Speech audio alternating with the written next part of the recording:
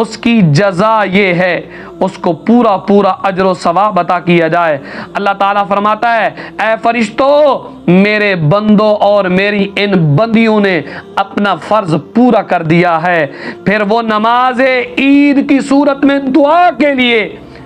چلاتے ہوئے، بھاگتے ہوئے، دوڑتے ہوئے مسجد کی جانب آتے ہیں، عیدگاہ کی جانب آتے ہیں۔ رب نے فرمایا مجھے میری عزت و جلال کی قسم میں ان کی دعا کو ضرور قبول کروں گا۔ پھر فرمایا ارجعوا فقد غفرت لکم وبدلت سیئاتکم حسنات۔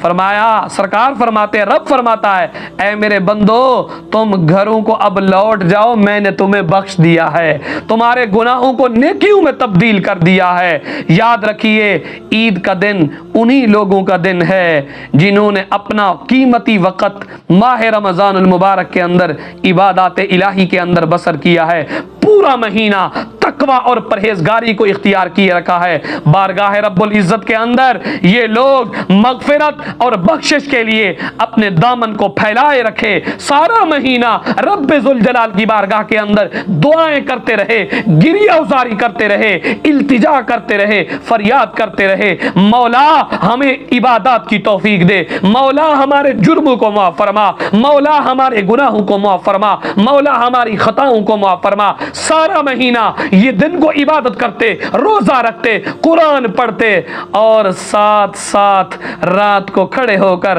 نماز تراویح کی صورت کے اندر قرآن کی خوبصورت آواز کو سنا کرتے تھے۔ تو اصل تو عید کا دن ان کا دن ہے، انہیں ہی تحفہ ملنا ہے رب ذوالجلال کی بارگاہ سے۔ یقیناً حضرت مولا علی رضی اللہ تعالیٰ عنہ کو ایک مبارکباد دینے کے لیے آیا عید الفطر کے دن، تو حضرت مولا علی کرم اللہ تعالی وجہ الکریم نے فرمایا عید تو ان کی ہے جو عذاب آخرت اور مرنے کے بعد کی سزا سے نجات پا چکے ہیں، جن کو رب ذوالجلال نے اس مہینے کے اندر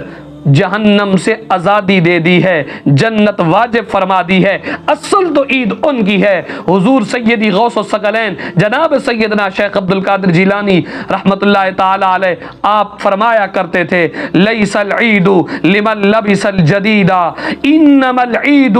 لمن امن من الوعید۔ فرمایا عید ان کی ہے،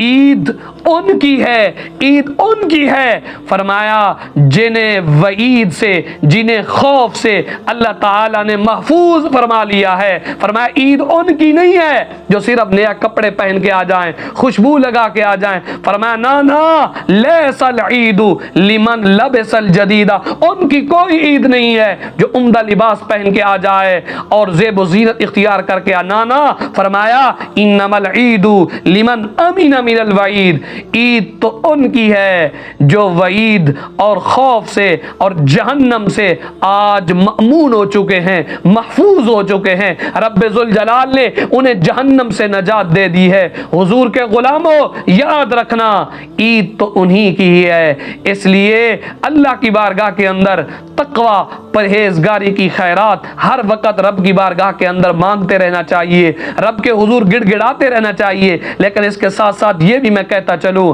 اب رمضان المبارک کے اندر تو ہماری مسجدیں بھری ہوتی تھیں، جگہ نہیں ملتی تھی، لوگ گلیوں میں سطح بچھا لیتے تھے، کپڑے بچھا کے نماز کو ادا کرتے تھے، مسجد کی چھتیں بھری ہوتی تھی، مسجد کے اطراف کے اندر جگہ نہیں ملتی تھی۔ اور اب المیہ کیا ہونے والا ہے، عید الفطر کا چاند جیسے نظر آتا ہے تو پھر وہی معمول کے نمازی 5 سے 6 صفیں نظر آتی ہیں، وہ 5 سے 6 صفیں